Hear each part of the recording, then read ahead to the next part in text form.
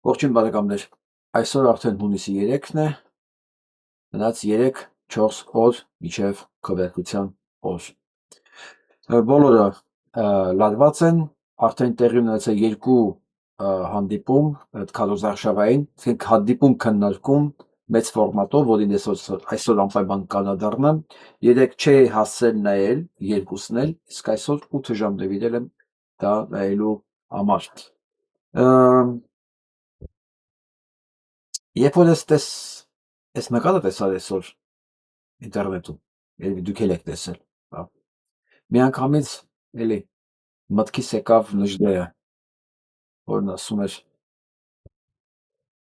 հայերի խնդիրը նրանում չի, որ աշխարհում կան թուրքեր, նրանում է, որ կան թուրքանման հայեր, որոնք էլ հնարավորություն ունեն ընտրելու այս չարիքին։ Դրանց առատությունից է կախված, մենք ապագա ունենք, թե չունենք,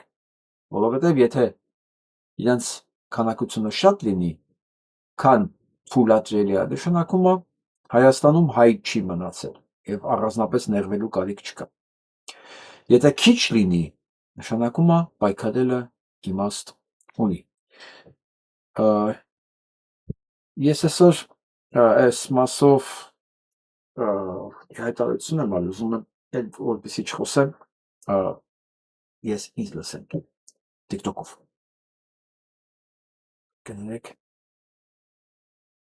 Խոսքը սենց միանգամից թար խոսքը այդ 8 ժամ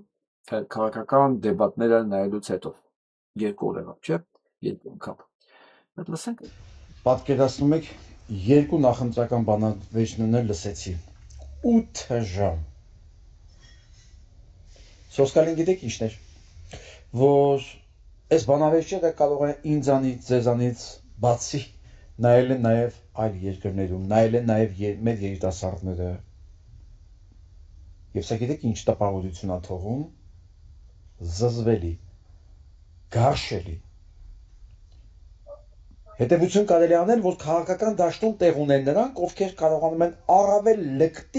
լկտից ցինիկ ու բարձր գոռան։ Իհարկե կային գաղափարական ելույթներ, այո, բայց նրանք շատ փոքրաթիվ էին եւ այս գարշանքի մեջ համընդհանուր չեն կարողանում իրենց օրակարգը ապահովել։ Եվ այն երիտասարդները, որ պետք է նայեն այս քաղաքական կառուցվածքին, պետք է մի հատ մտածեն։ Մենք այս երկրում ուզում ենք այս քաղաքական էլիտայով, ճակերտավոր եմ ասում էլիտա բառը, ապրել։ Մենք կարող ենք այստեղ զարգանալ, մեծանալ, սերունդներ դաստիարակել, երբ որ քաղաքական մտածելակետն ու քաղաքական կուլտուրան այս մակարդակի վրա է։ Իսկ դրսից նայողների համար պետք է նայեն սենց ասեն. Հայաստան, այս ինչ որ ունեն, այս էլ է շատ դրանց։ Ես հա ցավով եմ ասում, ու սա այն արդյունքն է, այն նշաձողն է, սենց ասեմ, որը ապահովեց Փաշինյան Նիկոլը իր էսթետիկայով, իր գոյությամբ եւ իր օրակարգով, որտեղ ես վստահ եմ, եթե սենց բանավեճ լիներ, ու մենք ունեցել ենք 8 տարի առաջ, 10 տարի առաջ, այս որակի չէր լինի։ Ու այս որակի չէր։ Սա չի նշանակում, որ Սերժ Սարգսյանը դեմոկրատ տղա էր, ավելի լավն էր, չէ։ Այսքան այլասերված ու ցինիկ չէր քաղաքական դաշտը ու նշաձող այսքան ցածր չէր, խոսքի կուլտուրան, փաստարկները, սոսկալի էր, ամեն դեպքում այս եզրակացությանը գալու համար ես 8 ժամ իմ կյանքից պատմեցի, հասկանալու համար, թե մենք ինչ ունենք հայկական քաղաքական դաշտում։ Եզակի շնորհակալությունները ասել մարդկանց, որոնք կարողացան պահել, այդ քաղաքական խոսքի, կուլտուրայի այդ շեմը, եթե հատուկ հիշեմ, կարող եմ ուղղակի ասել, որ կային այդ խոսույթները, ասենք Արամ Մանուկյան, Արամ Անանյան, Անանյան էր, բայց երևի Արամ չէ, Անանյան ինքը հարկայինի եկամուտների նախարարությունը կոչվում ինչա, մի խոսքով նախարար է եղել ժամանակին, կարծեմ Արամ ամենեքում ներողություն ես անունը չեմ հիշում, ինքը ներկայացնում էր կարծեմ Թաթոյանի կուսակցություն։ Գևորգ Սաֆարյան, Գևորգ Գորգիսյան, Դեմեմի երկու մասնակիցներն ելով կար այնտեղ։ Կային, ասենք Մոռացա ասեմ Կարպիս Փաշինյանն նաև շատ փոքրաթիվ ու այնքան քիչ են իրանք, որ ընդհանուր խոսակցական որակն ու մակարդակը ես երկու օրվա արդյունքներն եմ ասում։ Կիսեք, ասենք ամեն օր կային 3-4 հոգի, տենց մոտավորապես այդ բալանսի մեջ, էլի։ իրանք չկարողացան բերել այն որակի, որտեղ իրենք էին, որը ցույց է տալի մեր քաղաքական մտքի եւ կուլտուրայի մակարդակը։ Ես չգիտեմ հաջորդ քաղաքական բանավեճը երբ կլինի եւ ընդհանրապես կլինի, թե չի լինի, որտեղ կախված է ընտրությունների արդյունքից եւ կախված է մենք պետականություն կունենանք միջև մյուս ընտրություններ, թե ոչ։ Բայց հուսով եմ, որ մյուս ավելի որակով կլինի։ Ամեն դեպքում ես ներողություն եմ խնդրում մեր երիտասարդներից,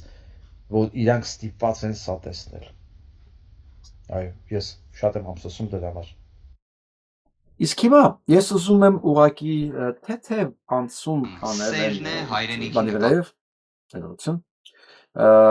այն հյուրերի տեսակետի ամեն առաջի հարցի վրայով, որպեսզի էլ չհնչի հարցը դե ում ընտրենք, ում չընտրենք, այս մանավանդ այսօրվա բանավեճի առաջին հարցի վերաբերյալ կուսակցությունների պատասխանը լյուստրացիա է։ Հիմա ուզում եմ ես ձեր հետ միասին լյուստրացիա անել։ Առնվազն մեկ հարցի կապակցությամբ։ Ո՞րն է այդ հարցը։ Լսենք։ Հարգել ժամանակը եւ այսպես։ Շնորհակալություն, այժմ կհնչեցնեմ առաջին հարցը։ Դուք գիտեք, որ 2025 թվականի օգոստոսին նախաստորագրվել է խաղաղության համաձայնագիրը, գալով իշխանության։ Ինչ եք պատրաստվում անել։ Ստորագրել այն, չեղարկել, վերաբանակցել կամ ձեր տարբերակը։ Քննարկումը սկսում ենք առաջին համարից, պարոն Բաբայան, խնդրեմ, 1 րոպեն կտեսնեք ձեր էկրաններին։ Տեսեք, սա շատ ֆունդամենտալ հարց է։ Մարդիկ ոնց են վերաբերվում այդ օգոստոսի 8-ի նախաստորագրած փաստաթղթին, նախաստորագրած, որտեղ Թրամփը ընդամենը վկա է, որտեղ ինքը դրա դիմաց դալալության դիմաց ստանում է Զանգեզուրի միջանցք, որից Հայաստանին ոչ մի բան չի հասնում։ Բացարձակապես այլ երկու թուրքական պետություններ միանում են իրար։ Պլյուս Ամերիկան ստանում է երկու մուտք Իրանի դեմ պատերազմի հարցում։ Հնարավորություն երկու մուտքի։ Պատկերացրեք, որին Իրանը ասելա չի լինի։ Կխառնեմ ձեզ հողի հետ ընդեր մտակ։ Դա մանավանդ ասում, այս նախաստորագրած թղթի կտորը շատ կարևոր նշանակություն ունի Հայաստանի ապագայի համար։ Եվ դրա իրագործումը մեր վերջն է։ Հիմա տեսնենք 18 քաղաքական ուժ ինչ են ասում դրա մասին։ Սա ինչ որ չափով լյուստրացիա է, գնանք առաջ։ Շնորհակալություն։ Նախ կուզենայի կոչ անել գործընկերներին, որ ի տարբերություն երեկվա բանավեճի, այսօր տեղի ունենա քաղաքակիրթ ավելի բանավեճ, որովհետև քաղաքացիների այդ շփումներից դա ենք լսում։ Իսկ ինչ վերաբերում է ձեր հարցին, բնականաբար Հայաստանը պետք է գնա խաղաղության, բայց այդ խաղաղությունը պետք է լինի արժանապատիվ, պետք է լինի իրական խաղաղություն, այլ ոչ թե խաղաղություն միակողմանի, երբ որ մենք ինչ որ բան լսենք, թե ինչ են մեր դիմացը կանգնածները, հա, ադրբեջանական կողմը ասում, մենք ձեն չհանենք, բայց դա կոչվի խաղաղություն, կամ իրենք առաջ կան, մենք էլ ձեն չհանենք։ Այսինքն մենք պետք է գնանք իրական խաղաղության, իրական բանակցությունների շնորհիվ, իսկ դրա համար պետք է ունենանք ուժեղ հասարակություն, ուժեղ տնտեսություն եւ ամենակարևորը անվտանգ պետություն։ Դրա համար մեր քարոզարշավում օգտագործած հիմնական թեզը անվտանգությունն է եւ մենք կարծում ենք, մեզ պետք է առաջին հերթին անվտանգ Հայաստան։ Ես ճիշտ ասած պատասխանը չլսեցի։ Առնվազն գոնե կարող ենք ասել, որ այո, չէ, հա։ Ամեն դեպքում, եթե ես ասեմ ինքը համաձայն է, կասեն դուք սուտ եք ասում, այդպես բան ինքը չի ասել։ Հետևաբար, ես դա չեմ կարող ասել։ Առնվազն չասեց այո։ Գնանք տեսնենք մնացածն ինչ Շնորհակալություն, ասում։ բոլորին դեմ եմ, ժողովրդավարական կուսակցություն Հովսեփ Ղազարյան։ Բոլորին դեմ եմ կուսակցությունը չունի անվտանգության ծրագիր եւ բոլոր մեր օրակարգը կոնկրետ է 3 ծրագրային կետ են եւ բոլոր 3 ծրագրային կետերը վերաբերվում են ընտրական process-ներին եւ առողջ քաղաքական համակարգ ձևավորելուն։ Այս դահլիճում հավաքված բոլոր ուժերը կարող են տարբեր կերպ մեկնաբանել, թե ինչ են անելու այդ պայմանագրի հետ, բայց երբ չկա պատասխանատու եւ բոլոր մեր օրակարգը կոնկրետ է 3 ծրագրային կետ են եւ բոլոր 3 ծրագրային կետերը վերաբերվում են ընտրական process-ներին եւ առողջ քաղաքական համակարգ ձևավորելուն։ Այս դահլիճում հավաքված բոլոր ուժերը կարող են տարբեր կերպ մեկնաբանել, թե ինչ են անելու այդ պայմանագրի հետ, բայց երբ չկա պատասխանատու կարող են ուղղակի այստեղ տալ ու վաղը դրա մասին մոռանալ։ Ուստի դրա համար բոլորին դեմ եմ որտեղ գրել է 100-օրյա օրակարգը, որի արդյունքում պետք է քաղաքական դաշտը մաքրենք անպատասխանատու քաղաքական ուժեր մոռանալ։ Ուստի դրա համար բոլորին դեմ եմ որտեղ գրել է 100-օրյա օրակարգը, որի արդյունքում պետք է քաղաքական դաշտը մաքրենք անպատասխանատու քաղաքական ուժերից, որոնք գալիս են ցանկացած խոստում պատրաստ են մի քանի ձայն ստանալու համար տալ, չգիտեմ, հարբած վարորդներին վարորդական իրավունքը վերականգնելուց մինչև 300,000, 1 միլիոն աշխատատեղ ու նմանատիպ այլ բաներ։ Շնորհակալություն։ Մի խոսքով ասած, մենք դες բան չենք քննարկում, մենք ուղղակի համակարգն ենք ուզում փոխենք, որ մարդիկ կարողանան ճիշտ ընտրություն կատարել։ Դե իրանք ի սկզբանե էլ հայտարարել են, իրանք ոչ մի ծրագիր չունեն, բացի նոր ընտրություններից։ Տեսնենք երրորդը։ Մեր մյուս հյուրը ուժեղ Հայաստան դաշին Կարեն Վարդևանյան, խնդրեմ։ Շնորհակալություն։ Սիրելի հայրենակիցներ, ի տարբերություն օրվա իշխանությունների, մենք չենք սկսելու սեփական զրոյական կետից։ Մենք հարգելու ենք Հայաստանի Հանրապետության ստանձնած պարտավորությունները։ Ինչ Հայաստանի Հանրապետության ստանձնած պարտավորությունները Հայաստանի Հանրապետությունը ոչ մի պարտավորություն չի ստացել, պարոն Վարդևանյան։ Ուղղակի կարծեմ սահմանադրակ գետ է։ Այդ ինչ պարտավորություն է ստանձնել Հայաստանի Հանրապետությունը։ Ինչ ստանձնել է Նիկոլ Փաշինյանն։ Հայաստանի Հանրապետությունը ոչինչ չի ստանձնել։ Տեսնենք շարունակությունը։ Ինչքան էլ որ դրանք հաճախ լինեն հարկադրված։ Միաժամանակ մենք պատկերացնում ենք, որ այն բովանդակությունը, որը առկա է 2025 թվականի օգոստոսի 11-ի փաստաթղթում, ըստ էության ողջամիտ է, բայց այն իրենից ենթադրում է երաշխավորների անհրաժեշտություն, որը նաև կներկայացնենք հենց բանավեճի շրջանակներում։ Մի խոսքով, իրենք Նիկոլի հետ, Նիկոլի խոստումների հետ ոչ մի խնդիր չունեն։ Իրանց ընդամենը երաշխիքներ է պետք։ Ես ձեզ ասեմ ինչու։ Որովհետև այս միջանցքի մեջ փայատերը նաև շահագրգիռ կողմը Ռուսաստանը եւ այն ինչ որ Նիկոլ Փաշինյանը արել առայսօր, արել է հենց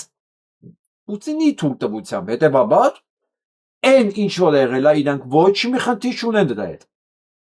Լավն է դες իլյուստրացիան։ Մենք դեռ ունենք։ Սա իրանք ուժեղ Հայաստան կոչողներն են։ Բայց նաև ինչն է չափազանց կարևոր, որ այդ փաստաթղթում չկար որևէ մի դրույթ, որ պետք է Հայաստանի Հանրապետությունում սահմանադրական բարեփոխումների օրակարգ ծնվի։ Այսինքն ամեն ինչի հետ օքեյ են, սահմանադրություն չենք փոխելու։ Կամ որևէ մի հարյուրավոր կամ հազարավոր կամ այլ քանակի ադրբեջանցիների բնակեցման հարց լինի։ Մենք խոսում ենք նրա մասին, որ ուժեղ Հայաստանում նվաստացված վիճակը պետք է թողնվի անցյալում եւ գնանք իրապես ուժեղ խաղաղության։ Շնորհակալ։ Մի խոսքով, կարող ենք արդեն իմանալ ինչ է ուզում Պուտինը։ Պուտինին առանձնապես հետաքրքիր չի ադրբեջանցիների մուտքն ու սահմանադրության փոփոխությունը։ Պուտինին պետք է այն ամեն ինչը մնա, ինչ որ արդեն Նիկոլ Փաշինյանը ապահովել է, պլյուս միջանցքը։ Մենք դա արդեն լսել ենք ինչ որ մեկից։ Եթե հիշում եք, մենք դրա մասին արդեն խոսացել ենք, որ ասի, այ հիմա ինչ որ ինքը խոսում է, հիմա տեխնացիոն չեմ հիշում, այ հիմա ասեցի ինչ որ խոսում է, սա այն է ինչ որ Ռուսաստանն է ուզում։ Սա կրկնեց ուժեղ Հայաստանի տեխնացիոն։ Գնանք առաջ։ Շնորհակալություն Հայաստանի Շնորհապետական կուսակցությունն Արտակ Փայտյան։ Հայաստանի Շնորհապետական կուսակցությունը հարգում է ստանձնած պարտավորությունները, սակայն որպես ռազմավարական նպատակ պետք է դնենք Արցախի միացումը Հայաստանին։ Ստանձնում է ինչ պարտավորվածություններ։ Բայց կմանրամասնեք, այդ ինչ պարտավորվածություններ ունի Հայաստանը։ Դա լսենք էլի։ Քան էլ որ դրանք հաճախ լինեն հարկադրված։ Միաժամանակ մենք մեկի փաստաթղթություն, որ կամ բարեփոխ որ ուժպես ստանձնած պարտավորությունները, սակայն որպես տակությունը հարգում է ստանձնած պարտավորությունները։ Ես կուզենայի Գուրգեն Սիմոնյանից լսեի այս Փայտյանը, այս ինչ պարտավորվածությունների մասին է խոսում։ Այդ որ պարտավորվածությունների մասին է խոսում։ Հայաստանին։ Դրան հասնելով քայլվարական նպատակ պետք է դնենք Արցախի միացումը Հայաստանին։ Դրան հասնելով քայլ առ քայլ արցախցիների բնական իրավունքների հարցը բարձրացնելով, իրենց հողում ազատ ապրելու իրավունքի հարցը բարձրացնելով։ Եթե Ադրբեջանը կհամաձայնվի, որ արցախցի մեր հայրենակիցները ապրեն իրենց հողում առանց զորակոչվելու, այդ դեպքում պայմանագրի դրույթները կարող է քննարկման առարկա լինել։ Ես նկատի ունեմ անջատում հանուն փրկության Կոսովոյի օրինակով եւ օգտագործելով այս հարթակը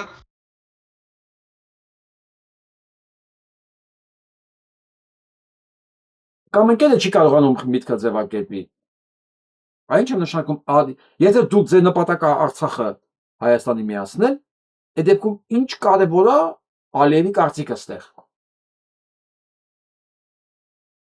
Ինչ կարևոր է Ալիևի կարծիքը Արցախցիների ադրբեջանական բանակում պետք է ծառայեն, թե չէ։ Այսինքն դուք համաձայն եք, որ արցախցիները գնան այնտեղ Ադրբեջանի կազմում, խնդիրն այն է, որ պետք է քննարկեք արցախցիները ծառայելու են բանակում, թե չէ։ Այդ դեպքում մյուսն է կոնֆլիկտի մեջ մտնում, Արցախի դեպքում ոնց է դառնում Հայաստան։ Ես այս բացատրությունը կուզենայի լսեի։ Կամ նորից եմ կրկնում, կամ ընկերը չի կարողանում գրածը կարդա, մտքերը ձևակերպի, կամ սա ուղղակի մոլորեցնող է։ Ես չեմ ուզում շտապ ենթադրություններ անեմ, բայց ամենակարևոր հարցը չնչեց։ Միանում է այդ ստորագրելը, թե չէ, ինչքանով հասկացա, այո, որովհետև աստորեն ընկերները վերցնում են Փաշինյան Նիկոլի վերցած պատասխանատվությունները։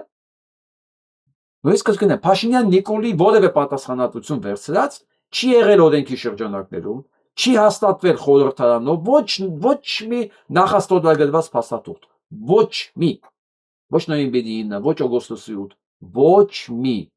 Այսինքն իրավական չկա անես մի հատ փաստաթուղթ, որ Հայաստանը ստորագրել է ու ընկելա մի հատ անես փոս, որտեղից ստիպված մեկսս դուրս գալու տեղ չունեք, պետք է հաշվի նստենք դրա հետ։ Ամենամեծ փոսը, որ ստական կգցելը, Արցախը հայերից դատարկելը։ Սա է ամենամեծ փոսը։ Եվ ընկերներն էս ինչ են ուզում իրենց վրա վերցնել։ Շնորհակալություն լսենք։ Ցանկանում եմ իմ զորակցությունը հայտնել քաղբանտարկյալ Արտուր Օսիպյանին եւ մնացած քաղբանտարկյալներին, Վարուժան Ավետիսյանին, Վարդան Ղուկասյանին, Դոկ կուսակցությունից Միքայել Սրբազանին եւ կուսակցության անունից խնդրում եմ Արտուր Օսիպյանին դադարեցնել հացադուլը, որպեսզի չվնասի իր առողջությունը։ Շնորհակալություն։ Ռեֆորմիստական նոր ուժ ռեֆորմիստական կուսակցություն Հակոբ Կարապետյան, խնդրեմ։ Շնորհակալություն, ողջունում եմ քննարկման մասնակիցներին եւ քննարկումը կազմակերպողներին։ Սիրելի հայրենակիցներ, նոր ուժ ռեֆորմիստական կուսակցությունը ղեկավարում է Հայկ Մարությանը, սոցիալ-դեմոկրատական եվրոպական ինտեգրացիային միտված կուսակցություն ենք եւ մենք թերևս միակ կամ այն քիչ ընդդիմադիր կուսակցություններից ենք, որ 25 թվականի օգոստոսի 8-ից հետո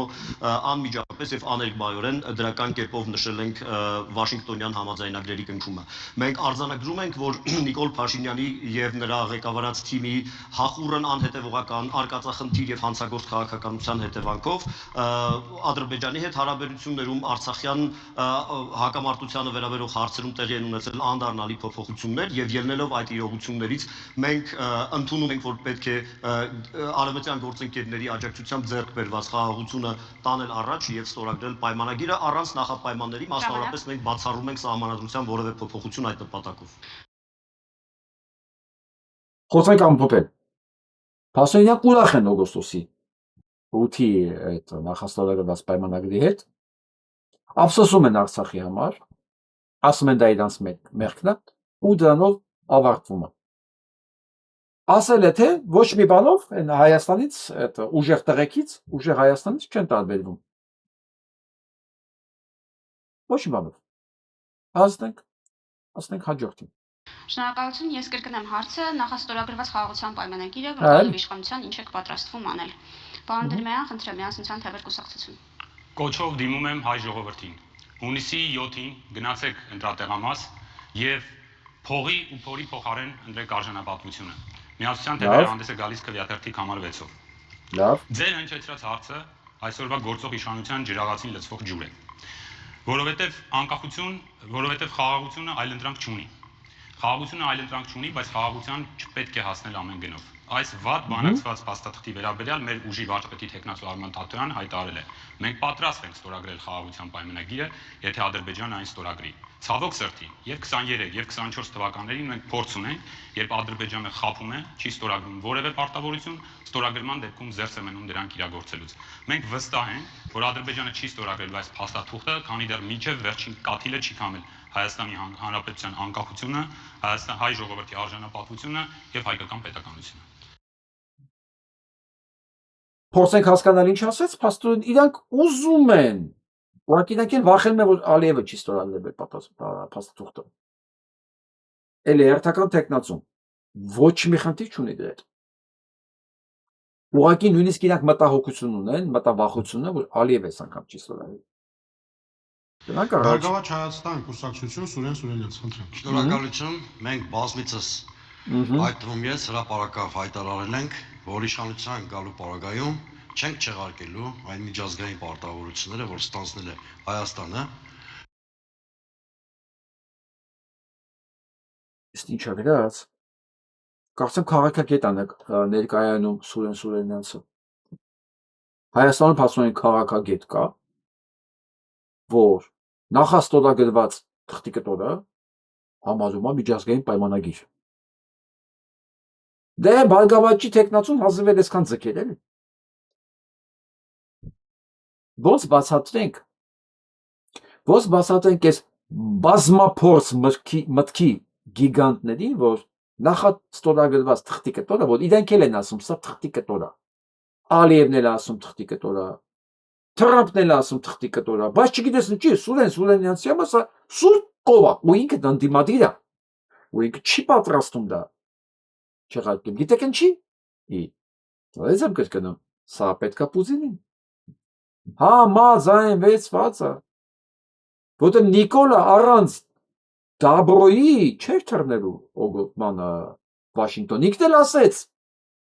քո թույլտվությամբ գնացել եմ, եկել եմ արդյունքին իմացնել, քեզ զեկուցել եմ։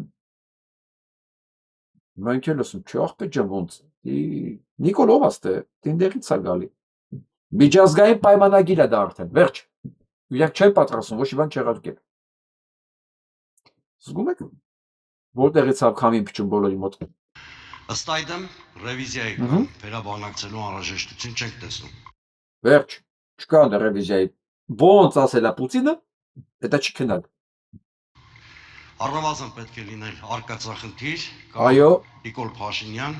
որպեսզի զրոյական կետից բանակցային գործընթաց սկսելով լեգիտիմացնել Ադրբեջանի պատերազմելու իրավունքը։ Լսեցիք։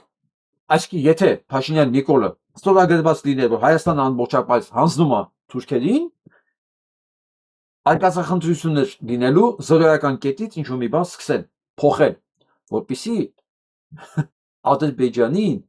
հնարավորություն չտա լեգիտիմ, այլ բառերը լսեք, լեգիտիմ պատերազմ սկսելու հնարավորություն։ Նստիր երկու։ Երկրորդ, մենք նաև ասել ենք, որ Գիզբալանսի պայմաններում, եթե չկան միջազգային երաշխիքներ եւ երաշխավորների ինստիտուտ, շարունակական են լինելու Ալիևի պահանջները եւ խաղաղության պայմանագիր չի ստորագրվել։ Այսինքն միջազգային երաշխավորների ինստիտուտը շատ կարեւորում ենք, այ պարոն Վարդապետյանի ասածը բացառելու համար։ Վարդևանյանի կներեք։ Պարոն Վարդևանյանի, որ եթե չկան միջազգային երաշխավորներ եւ երաշխիքներ, Ադրբեջանը շարունակական պահանջներ է դնելու։ Ինչպես տեսնում ենք, լրիվ նույնն են կրկնում, միջազգային երաշխիքներ, դե արեք իրար գուշակենք։ Ով է լինելու այդ միջազգային երաշխիքը։ Մեկ հնարավորություն ունենք, որը հիմա չի երևում, չի մասնակցում այս բանակցություններին։ Ով է լինելու, Այո, ով որ պահանջում էր, որ այդ ճանապարհը պետք է FSB-ի վերահսկողության տակ աշխատի։ Վերջ, միջազգային երաշխիք, բա ոնց, Ռուսաստանը։ Ազգային ժողովրդավարական բևեռ կուսակցություն, Գևորգ Սաֆարյան, խնդրեմ։ Ես պիտի խնդրեմ, որ մի պահ կանգնեցնեք հաշվիչը ժամանակի, որովհետև ասելիքս պատասխան ինչի վերաբերվում։ Ես նախ եւ առաջ ուզում եմ ներողություն խնդրել բոլորիս, բայց չկանգնեց բանը։ Ձեր ժամանակը 1 րոպե, պարոն Սաֆարյան։ Ես ուզում եմ ներողություն խնդրել բոլորից, ես ժամանակ առ ժամանակ եթե նստեմ, դա կապված է իմ ոտքի հետ կապված առողջական խնդիրների հետ եւ չդիտարկեք դա որպես անարգալից վերաբերմունք։ Սա հասկանալի է, վերականգնեք պարոն Սաֆարյանի ժամանակը, որովհետև տեխնիկական բնույթի հարցեր։ Հա, տեխնիկական բնույթի հարցեր։ Ինչ վերաբերվում է հարցին, ապա պետք է նշել, որ Հայաստանի եւ Ադրբեջանի միջև որևիցե տեսակի պայմանագիր չի կնքվել։ Ինչ վերաբերվում է այսպես կոչված նախաստորագրված փաստաթղթին, պետք է տեղեկացնենք մեր հայրենակիցներին, որ այդ փաստաթղթով Հայաստանը հրաժարվում է Արցախի նկատմամբ իր իրավունքներից, հաստատում է թուրքական զորքը Սյունիքի պարանոցին, ադրբեջանցիները արդեն Գեղարքունիքում ստեղծում են պլացդարմ Սևանա լիճը գրավելու նպատակով, խոսում են այն մասին, որ դա Սևանա լիճ չէ, այլ Գյոլչա է, եւ այսպիսի համաձայնագիրը ուղղակիորեն վտանգում է Հայաստանի Հանրապետության եւ հայ ժողովրդի գոյությունը։ Ադրբեջանը որևիցե շանս բաց չի թողնելու միջազգային իրավիճակի թույլ տալու դեպքում, ներխուժելու է Սյունիք, ներխուժելու է Գեղարքունիք, եւ մենք երբեք Հայաստանի եւ հայ ժողովրդի գոյությունը վտանգի տակ չենք դնի եւ չենք ստորագրի նման համաձայնագիր։ Այս են պատասխանն է, ոստեղ չես կարող տանել ես կողմ, բերել ես կողմ, հստակ է։ Հստակ է, որտեղ այնտեղ չկա Արցախի հարց, կա զորքերի դուրս բերում, ու չենք ստորագրում։ Մեկ-մեկ որ ուզում ենք հասկանալ Պուտինը ինչ է ասում, պետք է լսել իր արբանյակներն ինչ են խոսում, եւ հանրագումարից հասկանալ որն է իրենց խոսույթի մեջ ընդհանուրը։ Գնանք առաջ։ Քոչարի ազգային վերածնունդ եւ ազգի զարթոնք կուսակցություն, Վարդան Խաչատրյան, խնդրեմ։ Հարգելի հայրենակիցներ, առաջին հերթին ես ցանկանամ նշել, որ ներկայիս աշխարհը շատ հարաբերական է եւ պատկերացնել, որ մենք ունենք ինչ որ կոշտ երաշխիքներ, որ որևէ խաղաղության պայմանագիր կարող է գոյատևել, չափից ավելի երազկոտ մի երևույթ է։ Ինչու, որովհետեւ աշխարհակաղակական շահերով մենք հակադրված ենք, ինչպես Ադրբեջանի, նույնպես եւ Թուրքիայի, բայց ինձ այստեղ ուզում է նաև այն հանգամանքը, որ մենք բարբերաբար նշում ենք, որ Ալիևը կհարձակվի մեր վրա, Ալիևը ես խնդրում եմ հաշվի առնենք, որ Ալիևը այնպիսի գործիչ չի, որ ինքը ավտոնոմ որոշում է, ինքը հարձակվի, թե ինքը չհարձակվի։ Մեր կրած պարտությունը, որի արդյունքն է լինելու այդ պայմանագիրը, ըստ էության հետևանքն է մեր դեմ կոալիցիոն արշավանքի հետևում եղել են եւ Թուրքիան, եւ Ադրբեջանը, եւ եղել է սիրիական վարձկանների բազմություն, եղել է ով ասեք, եւ եթե երևի ճիշտ կլներ, որ մենք մոդելի վրա քննարկեինք, թե ինչ մոդել ենք ուզում։ Հայ ազգային կոնգրեսը։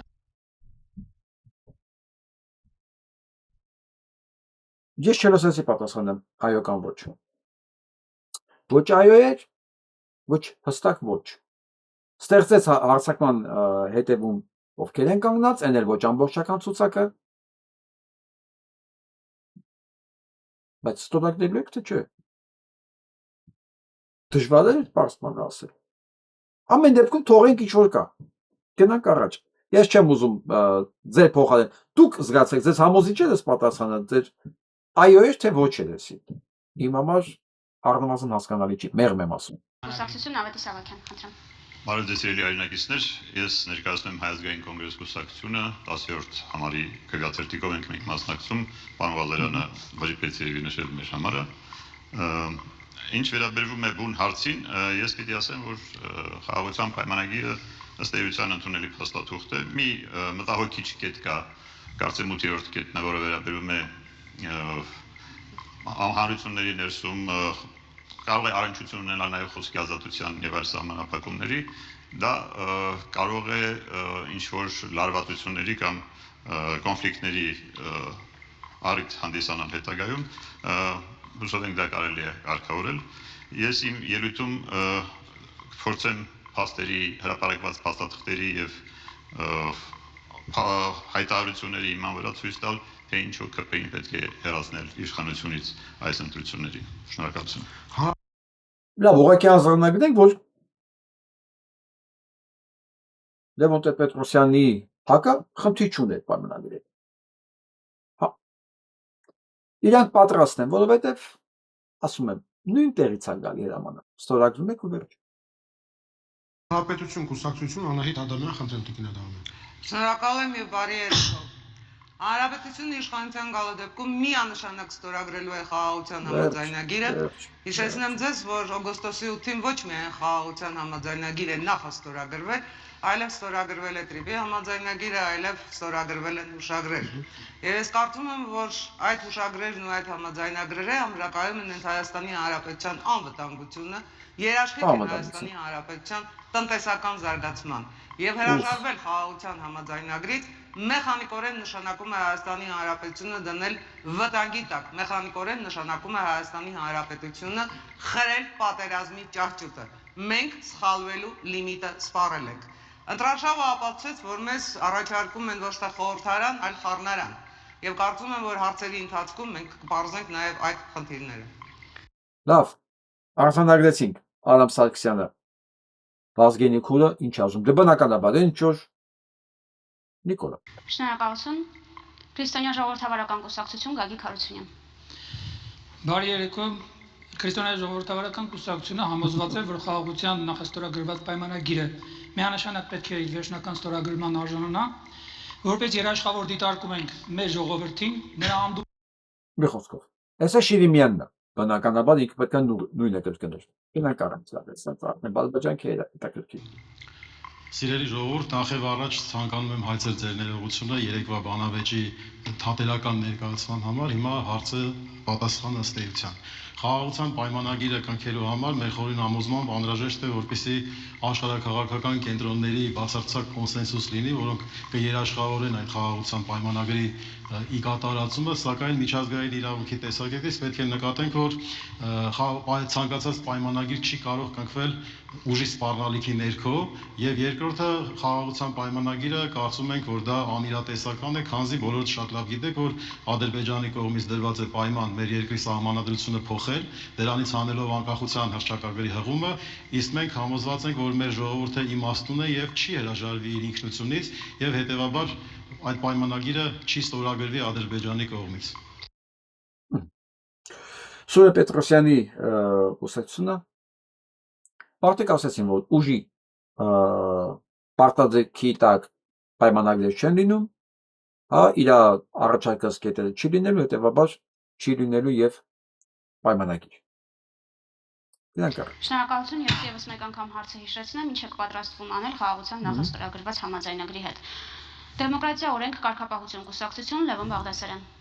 Նախ արձանագրեմ, որ այսօր այստեղ այս ժամին այստեղում պետք է լիներ Դոկ կուսակցության պատգամավորի տեխնացում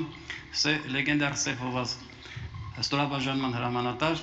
Սերոբ Գասպարյան անձ, ով գտնում է կալանքի տակ եւ օրենքով սահմանված կարգով 2-3 օր առաջ արդեն իսկ միջնորդություններ արվել, մինչեւ հիմա դատանը խորհրդակցական սենյակում է կարծես եւ մտածում է թողնի թե չթողնի, դա իմիջիալոց։ Հայաստանի խաղաղությունը չի կարող կառուցվել վախի, զիջման, ծնկած դիվանագիտության վրա։ Խաղաղություն ուզում է նա, ով ունի ուժեղ բանակ, ամուր պետություն, պաշտպանված սահման եւ ազգային արժանապատվություն։ Թույլ պետության խաղաղությունը խնդրանք է, ուժեղ պետության խաղաղությունը պայման։ Այո, մենք խաղաղություն ենք ուզում, մենք անվտանգություն ենք ուզում, բայց ոչ վախի պետություն։ Մենք ուզում ենք Հայաստան, որտեղ սահմանը պաշտպանված է, զինվորը հարգված, բանակը հզոր, պաշտոնյան պատասխանատու, իսկ ժողովուրդը արժանապատիվ։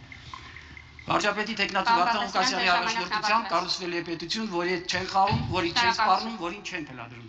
Քաղաքացիական պայմանագիր կուսակցություն Արարատ Միրզոյան, խնդրեմ պարոն Միրզոյան։ Լավ ճարեր։ Պարոն։ Լավ։ Հա, սիրել։ Բայց ի՞նչ եք անել այդ պայմանագրի հետ։ Դժվար է այո կամ ոչ ասել։ Որ մենք էլ իմանայինք։ Ում էլ պետք է ճառը, լավ ճառեր, հա, բայց դա տեղն է այս ճառը կարդալ։ Հիմա որովհետև այս չասելուց, այո կամ ոչը չասելուց, դուք ստեղծում եք մի իրավիճակ, ինչպես մնացածը, որ այո կամ ոչ չեն ասում, ստեղծում են մի իրավիճակ, որ թույլ են տալի մնացածը ինչ ուզեն մտածեն։ Հետո պետք է ինգնեք հատ, ասեք, չէ, ես դες բան չեմ ասել։ Բայց չես ասել ընդհանրապես ոչ մի բան։ Լավ ճարել, բայց դու դատարանում չես։ Քեզ հարց են տվել, կոնկրետ դու ես հիմա պատասխանող է։ Ես իրատեղը չեմ կարող ասեմ, այո էր թե ոչ։ Դուք լսեցիք, դուք եզրակացություն արեք։ Դե Արաբատ Միրզոյանի լսելու իմաստ չկա։ Շնորհակալ ում է ուղղված դեր հարցը։ Պարոն Միրզոյանին չեմ կարող առիթը բաց թողնել եւ շատերիս հետաքրքրող հարց։ Շնորհակալություն Հայաստան կուսակցությունների դաշին Քրիստինե Վարդանյան։ Սիրելի հայրենակիցներ, ողջունում եմ բոլորին։ Մենք պատրաստվում ենք ձեզ համար ապահովել խաղաղություն, իրական խաղաղություն։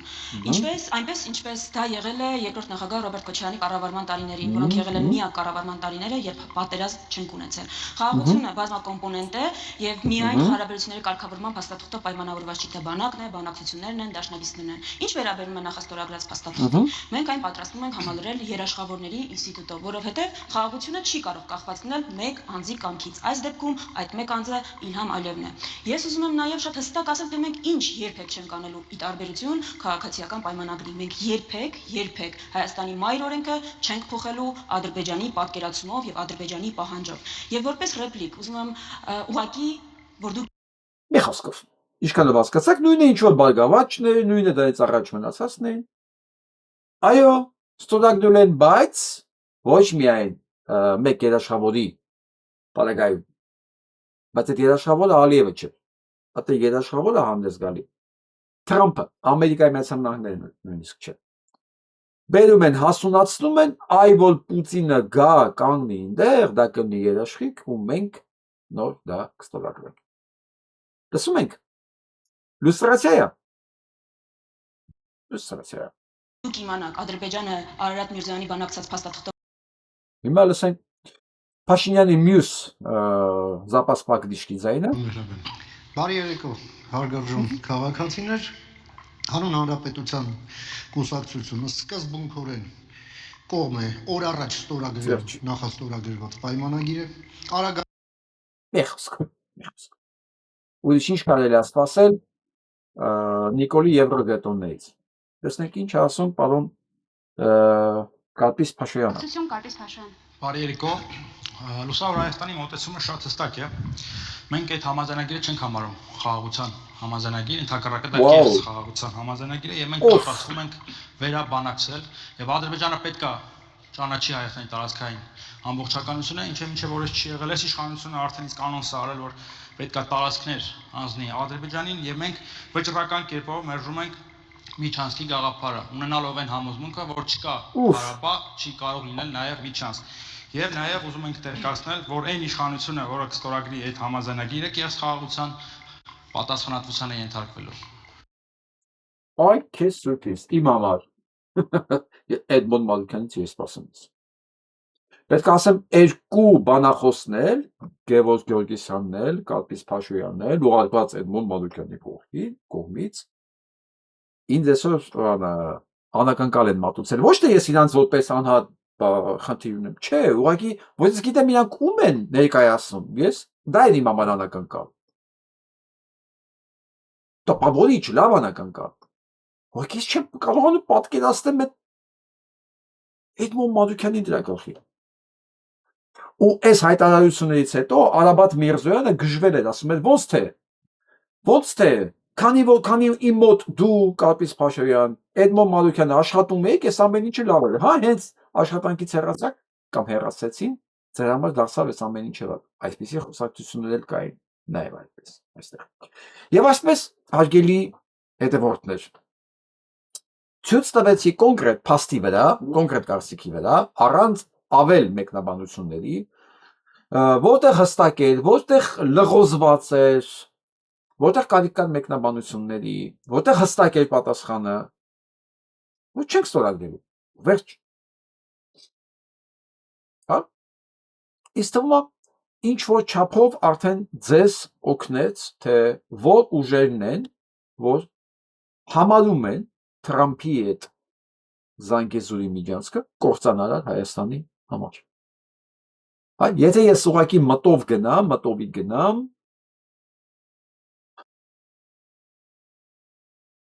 դեմ եմ ասեց մենք բան չենք սովորակրում, մեր նորընտրություններ է, իրան չեմ հաշվում, դեռ գալիս է Գևորգ Սաֆարյան, հետո գալիս է Սուրենա Պետրոսյան, Կապիսը Փաշոյան, որ ասես չէ, ախ, հուսով եմ մարդ չեմ մոռացել, որ հստակ ասես չէ, մնացածը երաշխիքներ են փնտրում, հասկանալի է այդ երաշխիքնովը, այն մյուս մասերն էլ ուղղակի այնքան լղոզած է, որ ես նույնիսկ չեմ ուզում մեղք վերցնեմ, վերես ասեմ այո, ինչպես ասենք շնորհապետականին է, ասենք ոնց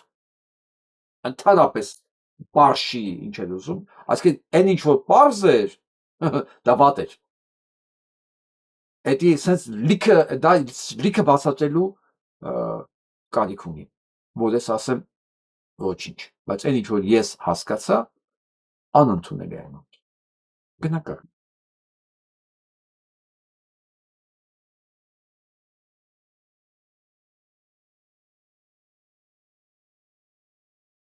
Մեղրին իրատեղումա հերիքա այսքան շահարկեք։ Դուք ես վերջերս Քոչարյանի օրոք Վազգեն Սարգսյանը եւ Դեմիրճյանը սպանվեցին։ Այո, Վազգենի շնորհիվ է Մեղրին տեղում, որովհետեւ Ռոբերտ Քոչարյանը բանակցում է Մեղրին հանձնելու համար։ Եթե Վազգենի շնորհիվ է Մեղրին տեղում, բայց Մեղրին տեղում է, իսկ ձեր շնորհիվ Արցախը տեղում չի։ Եվ ընդհանրապես ազատագրված ոչ մի շրջան տեղում չի։ Սա փաստ է, հասկանում եք, բայց դեռ ինչն է մանիպուլյացիան։ Իրանք դնում են թիրախ լեգիտիմ Ռոբերտ Քոչարյանի եւ իր ներկայացուցիչների իդեմս իրենց ու ասում են այն ինչ որ կիսաճշմարտությունն է, բայց ամենակարևորը չեն ասում, լսի, փաստ ուզում էր հանձներ, որ հանձնածներ կարելի է ասենք վիզը օլորել, բայց կա չէ Մեղրին։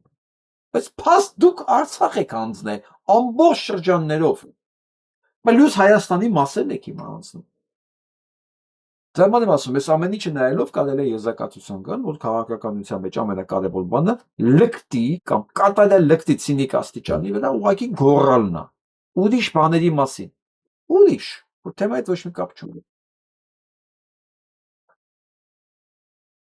Նոր բացահայտումներ Արցախյան 44-օրյա պատերազմից։ Թուրքիան արխիվներ է բացել, հրապարակել նոր փաստեր։ Ով է եղել Արցախյան 44-օրյա պատերազմի ստվերային ուղեղը։ Փաստացի ստացվում է այնպես, որ թուրքական հետախուզությունն է եղել այդ ստվերային ուղեղը ու թուրքական հետախուզության համար Արցախյան 44-օրյա պատերազմը դարձավ թաթերաբեմ։ Թուրքիայում վերջերս հրատարակվել է գիրք ազգային հետախուզական կազմակերպություն 1826-ից 2023 թվականներ անվանումով։ Հենց այս գրքից պարզվում է, որ թուրքական ազգային հետախուզական կազմակերպությունն է ստանձնել Բայրակթար ԹԲ2-ների անօդաչու թռչող սարքերի ինտելեկտուալ կենտրոնի կառավարումը, դառնալով թիրախավորման եւ օպերատիվ կառավարման գլխավոր դերակատարը։ Բայրակթար ԹԲ2-ների, այսինքն անօդաչու թռչող սարքերի կործանարար արդյունավետությունն ապահովել էր ոչ թե օդաչուների կողմից, այլ հենց ՄԻԹ-ի հետախուզության կողմից տրամադրված տվյալների շնորհիվ։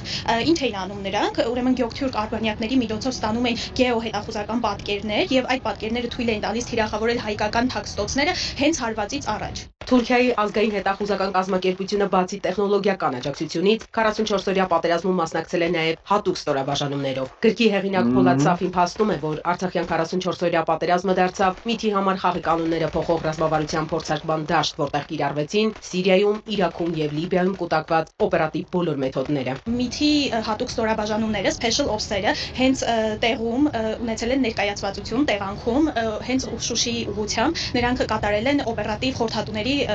դեր։ Անժելա Սիմոնյանի խոսքով սա պետք է հայկական կողմի համար սթափեցնող լինի, որովհետև ակնհայտ է, որ այսօր սահմաններ գծում է հետախուզությունը։ Այսօր Թուրքիան հպարտորեն հայտարարում է այս մասին, նշում է, որ ՄԻԹ-ը, եթե չլինեն ՄԻԹ-ի տվյալները, եթե չլիներ ՄԻԹ-ի մասնակցությունը, ապա պատերազմի ելքը կարող էր լրիվ այլ ձևով լինել։ Միայն այս գործելավոճը հասկանալու միջոցով մենք կարող ենք պայքարել Թուրքիայի նոր ստատուս քվոին, որ նա փորձում է ձևավորել Հարավային Կովկասում եւ ընդհանրապես Կովկասում, եթե իհարկե մեր կողմից կա ցանկություն դիմադրելու։ Հստակ է, չէ, որ իրանք են արել, եթե իրանք չլինեին չմասնակցեին, պատերազմի արդյունքները այլ կլինեն։ Այսինքն Թուրքիայի դերը Հայաստանի նկատմամբ հստակ սահմանվում է, ճիշտ է։ Դա ոչ մեկի համար գաղտնիք չէ, որովհետև սա էլի եմ ցույց տվել, ու սա առաջին անգամ չէ, որ մենք չգիտեինք սրա մասին, ուղղակի սայից հետո Սենց դե ուզում եմ լսեք Հայաստանի արտգործ նախարարն ինչ ասում սրա Մեր մասին։ ազգային անվտանգության ռազմավարության մեջ գրած է, որ սպառնալիք են ներկայացնում Թուրքիան ու Ադրբեջանը։ Մենք էլ ենք այդպես կարծում։ Այս մարդիկ անդադ խոսում են հիբրիդային սպառնալիքների մասին ու ինքնիշխանության մակարդակը այնքան է, որ թույլ չի տալիս նշել, ես ես հարցնում եմ, այդ որտեղից է գալիս, այդ ինչքան ինքնիշխան եք, որ սպառնալիքը չեք նշում, եւ պարզ հարց կա, Ադրբեջանն ու Թուրքիան մեր համար սպառնալիք են, թե չէ, կարեք այդ նախադեպ ասել, կամ ասեք, որ սպառնալիք չեն, ինչով եք կաշկանդված։ Բնականաբար աշխարհի բոլոր երկրներն կարող լինեն Հայաստանի Հանրապետության սպառնալիք։ Լսեցիք, բնականաբար կարող բոլորն լինեն։ Հստակ Թուրքիան ասում է գիրք է գրում, որ ես եմ քեզ կոտորել, ես որ չլներ, ես պատերազմի արդյունքներն ուրիշ կլներ, օգտագործել եմ իմ հակահետախուզությունը, իմ ալբանիական կապերը, իմ դրոնները, ամեն ինչ արել եմ, ես եմ քեզ կոտորել։ Ասում է Թուրքիան ու Ադրբեջանը մեր թշնամիներն են, թե չէ, բնականաբար ամեն մեկը կարող լինի մեր թշնամի։ Այսինքն այն ինչ որ եղել է Արցախում, այն ինչ որ արել են սրանք Արցախում, մեր զինվորների հետ, Հենց համար մեկը։ Իրանք դա չեն դիտարկում որպես գործողություններ թշնամական մեր նկատմամբ։ Սա Հայաստանի արտաքին քաղաքականությունն է։ Իդեմս սրանց։ Սրանց ընտրողներին ես չգիտեմ ինչ ասեմ։ Ապա խոսք չգիտեմ ինչ ասեմ։ Մասա լսեք шел, я знаю, там 38-й, 39-й день войны, я просто напросился, я примеру сказал, я говорю, я руководитель группы дружбы между Арменией и Россией этого формата, в общем, тогда давай я пойду и паду им в ноги, буду целовать им ноги и просить просто, чтобы они остановили. Я этого не стесняюсь, я должен был это делать, я там был, я ходил по кабинетам, я их просил, чтобы все это остановилось.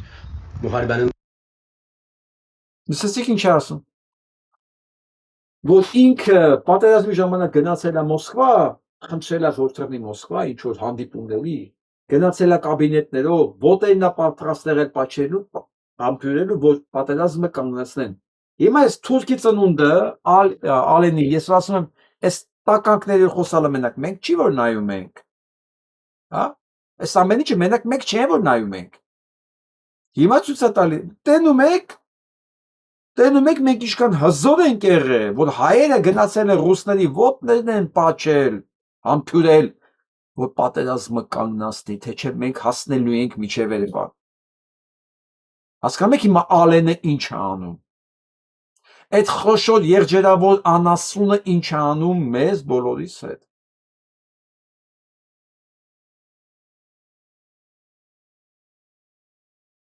Ինքն ներկայացնում է իր գրին, ասում աղբեր ջան, տենում եք հայեր հետ են։ Մեր զինվորները ադրբեջանցի էլի, հասնեին միջև Քուրալաքս, ռուսներն են փրկել իրանց։ Քուրալաքս չէ էլի, Արաքս։ Ռուսներն են իրանց փրկել, հեսա իրանց պարլամենտի նախագահն էլ դա փաստում է։ Ես ուրախ եմ ճիշտ ասած մյուս կողմից, թող իրանք սենց հանգիստ վստահ լինեն, որ իրանք անարգել գալու են հասնեն տեղ։ Մի բան, որ ասում իրանք խոստովանեցին, որ իրանք էլ ուժ չունեին, որ գոնե Բարսանային Շուշի, իրանք Շուշի չէին կարող հասնեին։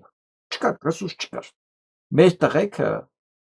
այդ ջահել երեխեքը 5 երկրի դեմ են կռիվարել, չունենալով թիկունքում ոչ մի բան։ Ու այդ վիճակով էլ սրանք էլ ռեսուրս չունեին մտնեն Շուշի։ Սաղ տվեց, արագ։ Բայց սրանց մոտ գիտեք ինչ տպավորությունն է, որ իրենք կարային գնային, մինչև չգիտեմ, Դամասկոսն էլ գրավեին, Հայաստանով մտնեին, Թուրքիայից դուրս գային, իջնեին Սիրիա։ Սա գիտեք ինչ եմ ասում լավա։ Որ վաղը հանգարց մենք պետություն ունեցանք։ Իրանց այս փուչ վիճակը այսինքն 4 ցախի նման մի օրվա մեջ կոտրվելու է։ Մի օրվա մեջ, որ հասկանան մի վայրկյան։ Բա այս ոնց եղավ, բա մենք ունեինք, չէ, դուք ոչ իման չունեիք։ Դուք ունեիք Ալեն Սիմոնյան, դուք ունեիք Փաշինյան Նիկոլ, դուք ունեիք, ասենք, Վաղարշակ Հարությունյան, որ ստորագրությունով ճանապարհներ էր հանձնում, սա դրանց կհասնենք։ Ոչ մի բան չեք ունեցել։ Ոչ մի բան։ Սրանք են, որ կարողացել են ապահովեն 4991 զոհ։ Այս հենց կառավարման տարիների ընթացքում։ Իսկ Ալեն Սիմոնյանը անհամբեր սպասում է, թե Գաֆարովան երբ է իրան հրավիրելու Ադրբեջանի, այդ արևմտյան Ադրբեջանի կոնֆերանսի, որ ինքը գնա, խնդրի ինտեղ, ասի մեր դռները բաց է, տեսեք ես տեղ եմ, ես բազմաչարչարս, ես տեղ եմ, երազում է դրա մասին, սպասում է հրավերի, հուսում եմ հրավերը կստանաս, ու միակողմանի տոմսոտ կարում ես, իսկ հիմա գանք Հայաստան, գանք իրականություն, մյուս տնտեսական իրականություն, տեսնենք ինչ է կատարվում։ Բաղրատաշենը փակ է, բեռնատարները բոյկոտում են, ապրանքները չեն կարողանում տանել Ռուսաստանում, իրենց մոտ իրավիճակը վատ է, բայց մեկ էլ էս Ղարաբաղը, Արցախը, Հայաստանը գոռացողը մեկ էլ միանգամից գոռում է Հայաստանից Վարդերի բանջարեղենի առաջիկա խմբականակները արդեն ուղարկվել են նոր շուկաներ։ Մի օրվա մեջ, պատկերացնեք սուտի մակարդակը, մի օրվա մեջ ինքը արդեն նոր շուկաներ գտավ ու Վարդերի բանջարեղենի առաջին խմբականակները գնացել են դե։ Ենթադրում եմ, ասենք որ հոլանդական վարդեր ուղարկվել են Հոլանդիա, ասենք պղպեղբերն էլ Բուլղարիա, էլի։ Բա, ասենք կամ լոլիկներն էլ ասենք Թուրքիա։ Ինքը խնդիր չունի ասելու հետ ոչ մի խնդիր չունի, ստեղ ուղղակի պետքա սան հավատացողին լսեք։ Այսենց մեկը կա ասում է, քրվում եմ ինձ հայելու դեմը Նիկոլ ընտրելու համար, ջերմոցից ծաղիկները զիբին դարան, սաղ թափում եմ։ Բա ինչ պետք է անես, ես երեք եմ ասել, ես քանի օր եմ ասում, չէ, դուք փողի դիմաց Նիկոլ ընտրողներիդ, ձեր ապահովության, ձեր տակ տեղի համար Նիկոլ ընտրողները, դուք անես պիտի հատուցեք։ Հիմա արդեն հատուցում եք, բա այս նոր ընտրողները ոնց են հատուցելու։ Դուք պիտի հասկանաք մի բան, այն որ 20 այսօր գրել են մեկը 20,000 դրամ են բաժանում, 20,000 դրամ են բաժանում Նիկոլիստերը, իրենց ձայների համար 20, ասում եմ, ինչ տարբերություն, վաճառվողը 20,000 դրամով է վաճառվում, 200,000-ով թե 2 միլիոնով, վաճառվում է, չէ, հիմա պրաստիտուտկին ինչքան են վճարել, $50 թե $50,000 թե 5 միլիոն, ինքը չի դարձնում պրաստիտուտկա լինելը, թանկարժեք պրաստիտուտկա, բայց ստատուսը նույնը, չէ, հիմա դու ֆերմայիդ համար ես արել, որ դու ունենաս Նիկոլ ընտրել, թե 20,000 դրամ կաշառք ես վերցրել, դու պիտի լացես, դու պիտի ողբաս քո ունեցածի վրա եւ բոլորը ովքեր Նիկոլ են ընտրել, բոլորը, որովհետեւ եթե ձեր համար մեկ ինչով ազգով անցանք, հա, ինչի մեջով ազգով անցան, ինչ եկավ, այս սա մեր գլխին է եկել, է։ Պույցինը բացի տեխնոլոգիական աջակցությունի այս ամեն ինչը մեր երեխեքին են արել, սա մենք ենք քաշել, իսկ դուք այս ամեն ինչը ծախել եք, հասկանում եք, ու ձեր լացելը, ես դեռ պիտի լսեմ, ձեր լացելը պետք է աշխարհի բոլոր տեղերից լսվի, ձեր լացի ձայնը, ձեզ ներում չկա, չէ, եղբայր, ձեզ ոչ մի ներում չկա, ուզում ես տալ հողը թափի, ուզում ես գետը լից, ցանկացած մեկը, որ Նիկոլը ընտրել, պետք է պատասխան տա։ Աստված բերելու է, մեկը տնտեսապես, ամեն մեկին խփելու է, որտեղ ավելի ցավոտ է, մեկը փողի դիմաց արել, զրկելու է իր վերջի միջև կոպեկը, մեկը կաշին փրկելու համար է արել, զրկելու է իր կաշից, մեկը աշխատանքը, պաշտոնը չկորցնելու համար է արել, զրկվելու է այդ պաշտոնից, լսեք, դուք չեք կարա բնության օրենքների կռիվ տակ, դուք պետք է աղի արցունք թափեք։ Եվ նախկին ընտրածներդ, եւ այս ընտրողները առավել ևս։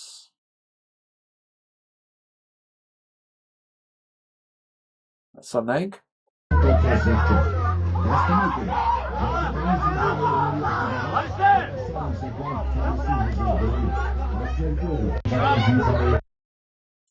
Բարձում է սա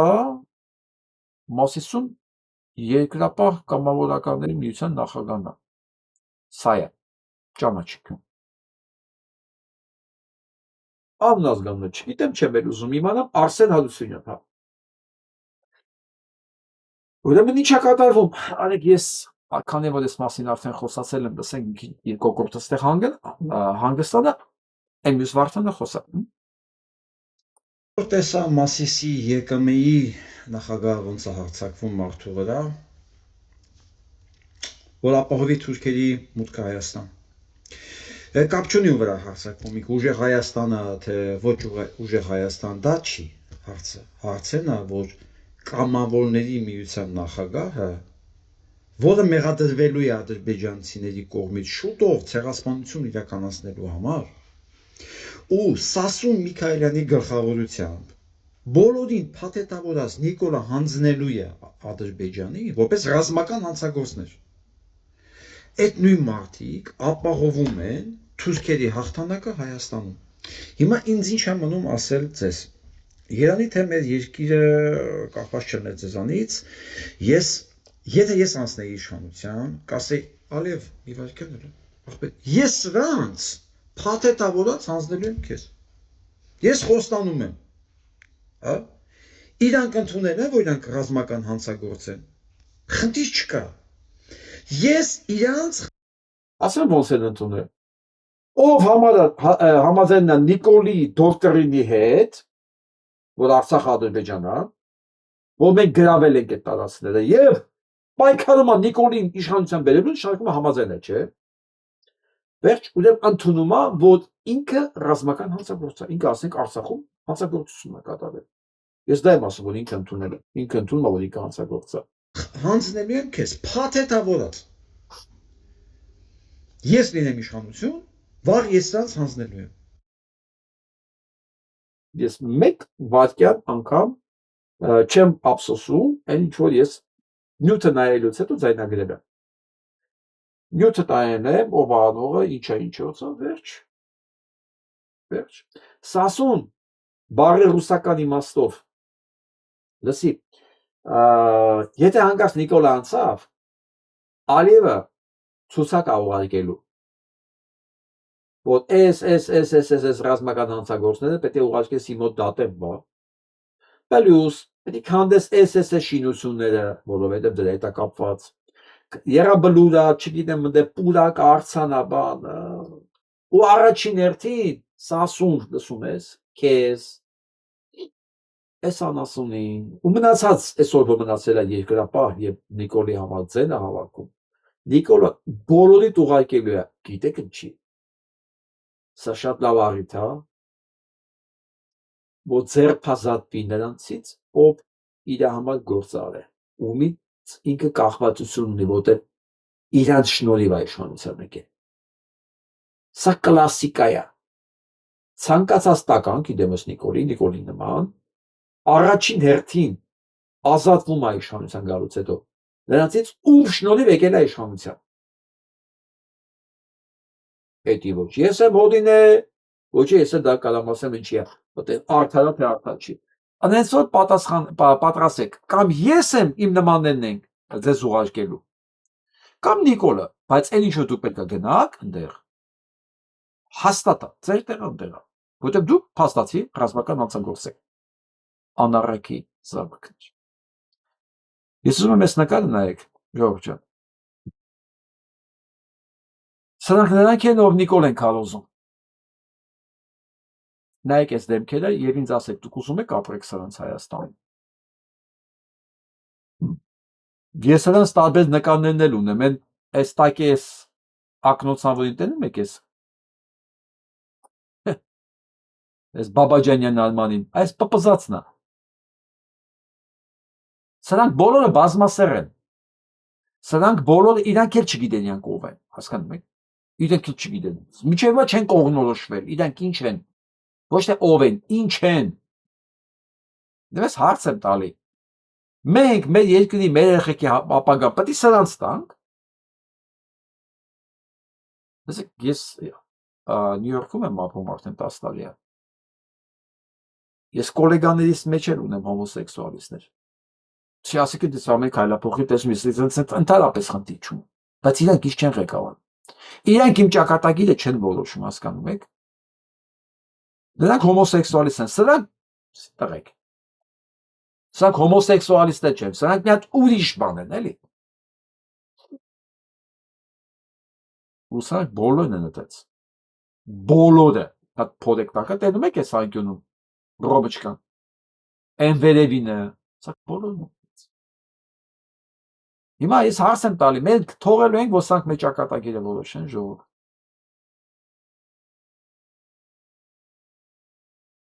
Այսօր մի հատ ունիկալ բան ա եղել, ուզում եմ դա մասին ձեզ փաստում մի հատ նիկոլական ոստիկան այնքան է զզվսել ժողովրդին, որ գցել են ավտոյի տակ։ Պատկերացնում եք, համ ոստիկանը, համ նիկոլական։ Այս բան պատկերացնում եք,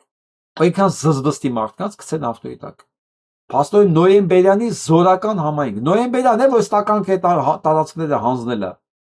Ինչ տականք պետք է լինի, համ իր գյուղերը հանձնել է, համ էլ Նիկոլի համար։ Անգել է ավտոյի տակ, ժողովուրդը գցել է սան ավտոյի տակ։ Ուրեմն հունիսի 7-ի ընտրություններն են պատճառը։ Այս մասին հայտնում է հրապարակը։ Գյուղում ապրող մի ոստիկան համագյուղացիներին ուղղակի տերորի է ենթարկել, որ գնան եւ ընտրեն Նիկոլ Փաշինյանին։ Այնքան է մարդկանց նեղել ու զզվացել, ինչպես ասում են, գյուղացիներից մեկին դավադիտ է արել։ Եվ վերջինս ուղղակի ավտոմեքենան վարել է նրա վրա ենթարկել իշխանական տերորիստին։ Ոստիկանը մուսռը ծանր վնասվածքներով տեղափոխվել է Աղբավար, Սովետաշեն, իսկ ավելի ճիշտ հիվանդանոց։ Զորականի ԿՊ-ական համայնքապետը մեզ հետ զրույցում չհերքեց կատարվածը, սակայն ասաց, որ չի կարող մանրամասներ հայտնել այդ դեպքի մասին։ Պարզ է, որ իշխանությունը չի ուզենա հանրայնացվի, որ իր ակտիվ քարոզիչը տուժել է ԿՊ-ի օգտին քարոզություն անելու համար։ Ես ուղղակի ասում եմ, տականքներ, ոստիկանը իրավունք չունի քարոզի։ Ոստիկան, զինվորական ուժայինները նրանք իրավունք չունեն քաղաքականությունով զբաղվել։ Ի պաշտոնե իրավունք չունեն։ Դամալ խուսափում են, որ չհանդրայնացվի, իսկ ես սիրով մի քանի տասնյակ հազար հետևորդներին ասում եմ, ոստիկան են սատկացել ու լավ են արել։ Ու լավ են արել։ Թե ուզում եք իմանալ ինչքան լավ են արել, մտեք այս հոդվածի տակը կարդացեք, ժողովուրդը ոնց է ցնծում այս դեպքի վրա։ Ի տարբերություն նիկոլական բաների, այդ ցնծածողների ոչ մեկ հայոյանք չի տալի։ Նիկոլիսներն միայն կարգի են ցնծում սս դեպքերի վրա էլի։ Այսօր sense մի բան ա եղել։ Փաստորեն Պիցիգորսկում բացվել է Արցախի մենք ենք մեծ սարերը նմանությամբ հուշարձան։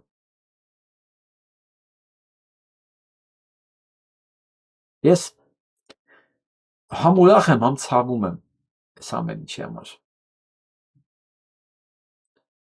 Ես կուզենայի նոր արձան պահելու փոխարեն մեր հինը պահեինք։ Նոր արձան բացելու փոխարեն։ Ես դեմ չեմ նոր արձաններ բացելու։ Բայց ես կուզեի, որ մենք կարողանայինք հինը պահեինք, հինը։ Կվերադարձնենք մենք, անպայման, այցանայինք։ Սիրելի հայրենակիցներ,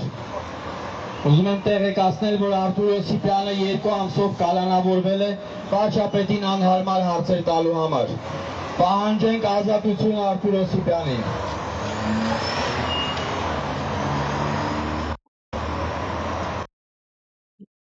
Այսօրվա այդ ամբողջ բանավեճի ժամանակ 8 ժամվա երևի 2 անգամ հնչեց այն հանգամանքը, որ այս իշխանությունը իրավունք չունի խոսալու օրենքից, իշխանությունից։ Հենց տպավորություն էր, որ մասնակիցները տեղյակ չէին, որ Փաշինյան Նիկոլը նստած օրվանից սահմանադրություն է խախտել, որ ինքը արդեն պոտենցիալ կարա դատապարտվի մի 15-20 հոդվածով, տեղյակ չեն մարդիկ, էլի չեն խոսում այդպես մասին, այդպես բաների մասին, իրենց խոսույթը քաղաքական, իրավական չի։ Խուլիգանական էլ չի, չգիտեմ ինչ ասեմ, էլի։ Էժանը, փողոցայինը, առևտրականի խոսակցությունը, բայց ոչ իրավականը, ոչ քաղաքականը։ Ոչ մեկ չասեց, Անկիտ ջան, մի վայրկյան։ Դուք օրենքից եք խոսում։ Այս քարոզարշավի ընթացքում դուք հաշվել եք, քանի հոգի եք ձերբակալել։ Իսկ Արտուր Օսիպյանը ամենացնծող օրինակն էր։ Դու հայտարարում ես, որ ինքը բանա, այն Մայր Հայաստանից ով էր այդ անունը տվել։ Ասեց ինքը բանա, օտարերկրյա գործակալ է։ Գործ հարուցեք։ Գնացին մյուս օրը գործ հարուցին տարածեցակ հիշը։ Տևանյանը։ Արտուր Օսիպյանը հիշացեց, որ ինքն է Ղարաբաղյան կլանի հիմնադիրն ու սնողն ու պահողը, ասին վարչապետը տենց իրավունք չունի խոսալ։ Ու ամբողջ ընթացքում չասեցին դա բերանը կարելի է փակել, դասի տղա անունդ Ալեն Սիմոնյանը կամ Արաբատ Միրզոյանը, դուք հանցագործ եք։ Պետք չի ասենք ունենալ 10 հանցանք դատվելու համար։ Մի հատ հանցանք է երիկա։ Ու այդ պատանդը մեկը ասեց մի անգամ էսա իր կողքից այդ Քոչարյանի կուսակցությունից, ասեց ձեր ժամանակ տանում սպանում էին։ Դրանով վերջացավ։ Ասեք իրանք չեն տանում սպանում, բանտարկում են, ուրեմն իրանք ավելի լավն են։ Հասկանում եք, այս բաների մեջ էլ մասերով խաղում են իրանք։ Ես ասում եմ, իրանք էլ են ասում, որ Քոչարյանն իրանք երազած ընդդիմությունն է, հենց այս դեպքերի համար են ասում։ Սա լսենք։ Ստացել այս առաջին անգամ հրապարակում եմ, մենք այսօր ենք ստացել այս ձայնագրությունը, որ Մարտունի համայնքի կրթության բաժնից ոնց են զանգում մանկապարտեզի տնօրեններին վախացնում ու ասում պարտադրում, որ գնան Նիկոլ Փաշինյանի ՔՊ-ի գրասենյակի մանկապարտեզի տնօրեններին կրթության բաժնից։ Ես ասացի կրթության բաժնից, այսինքն կրթական համակարգը ամբողջությամբ ներքաշված է։ Հիմա ես միացնեմ, որպեսզի լսվի։ Այսօր ժամը 7-ին Մարտունի քաղաքում բացվելու է ԿՊ կենտրոնական գրասենյակը, ուստի խնդրում եմ ձեր տղամարդ աշխատակիցներին տեղակ պահեք, որ պարտադիր ներկա գտնվեն։ Սա դիմում է, տեսեք, Մարտունի համայնքի, ես սկիզբը չլսվեց։ Բարև ձեզ հարգելի տնօրեններ, այսօր ժամը 7-ին Մարտունի համայնքում օրինակ, այսպես կանչում են մարդկանց եւ դրանից հետո ցուցակագրել են տվել, ով իշխանությանը չի աջակցում, անունազգանունները գրեք-բերեք տվեք քաղաքապետարան։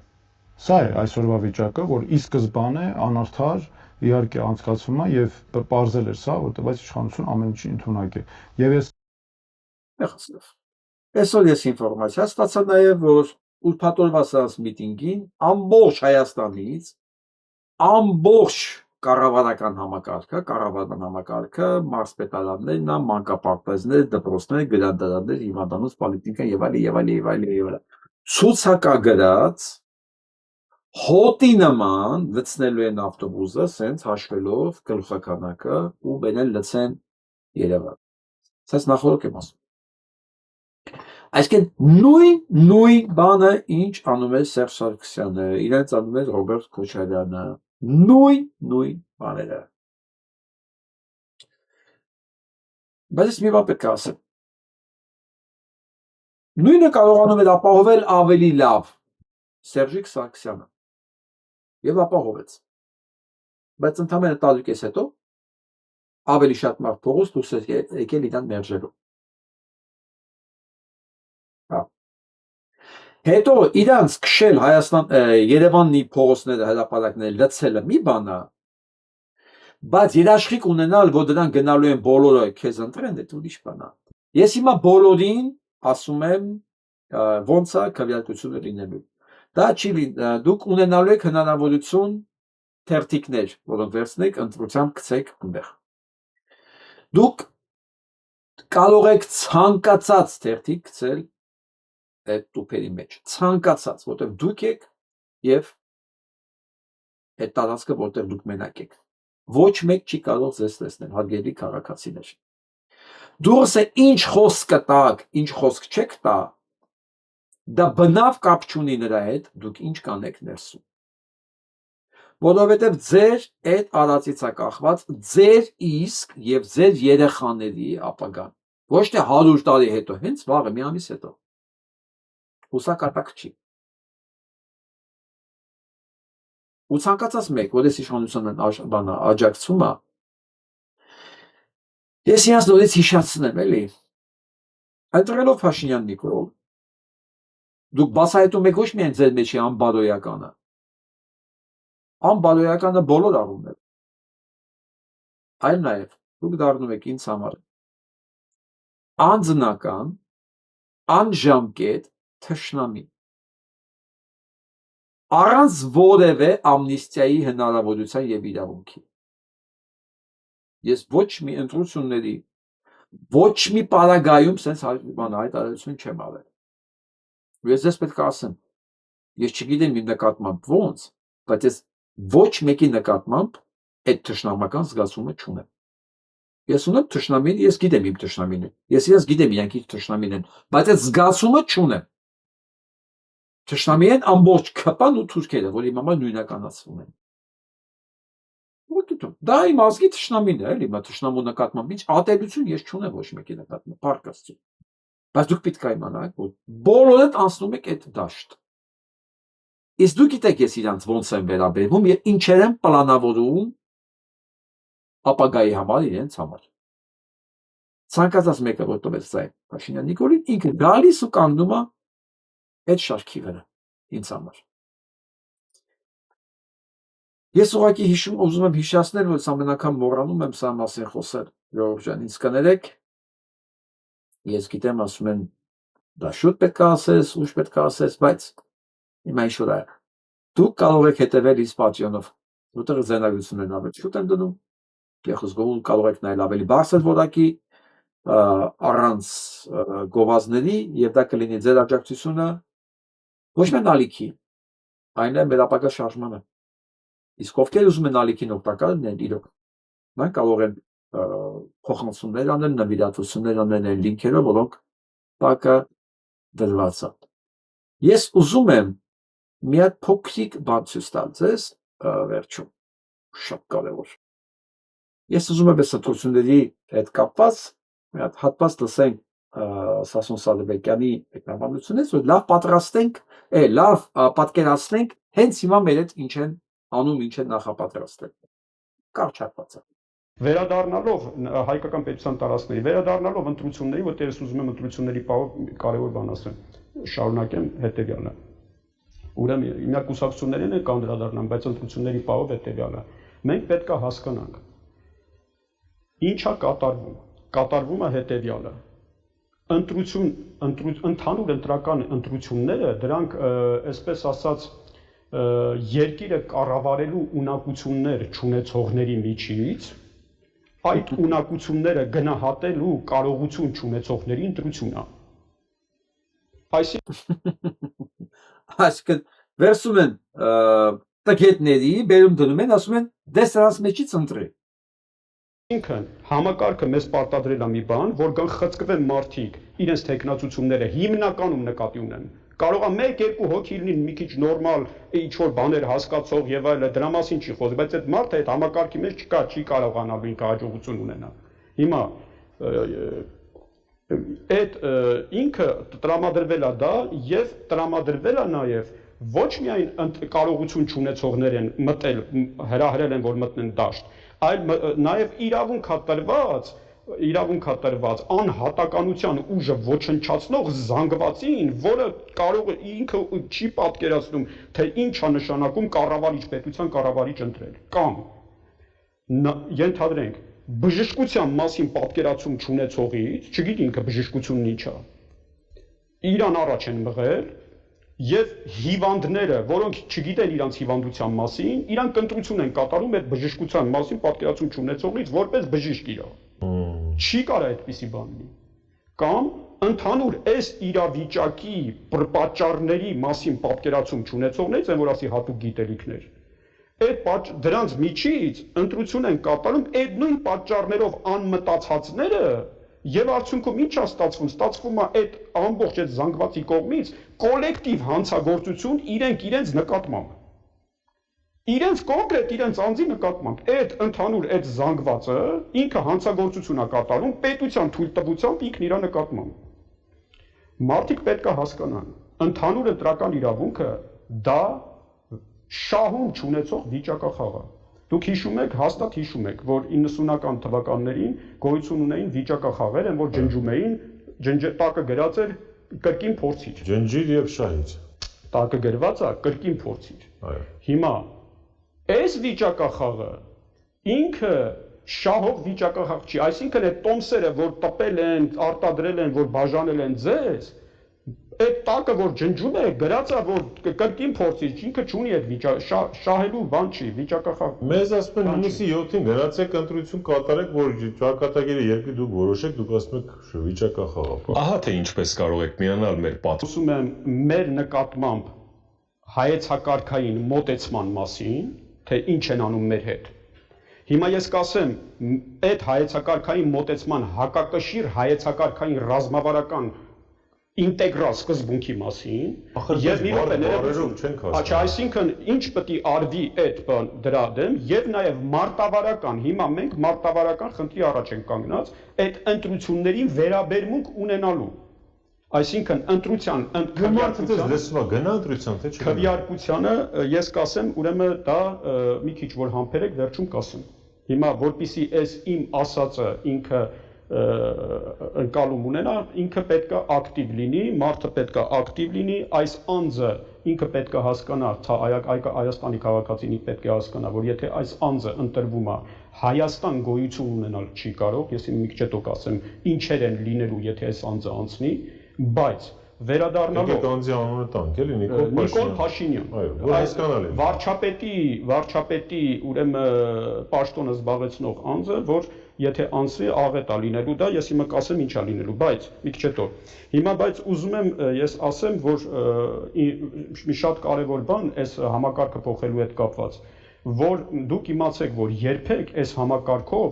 անհատականությունները լուրջ անհատականությունները, երկիր փոխող իսկապես մտավոր ունակություններ, իրանք երբեք չեն գնալու իրանց տեխնացությունը տա, մոռացեք դրա մասին։ Ինչի համար։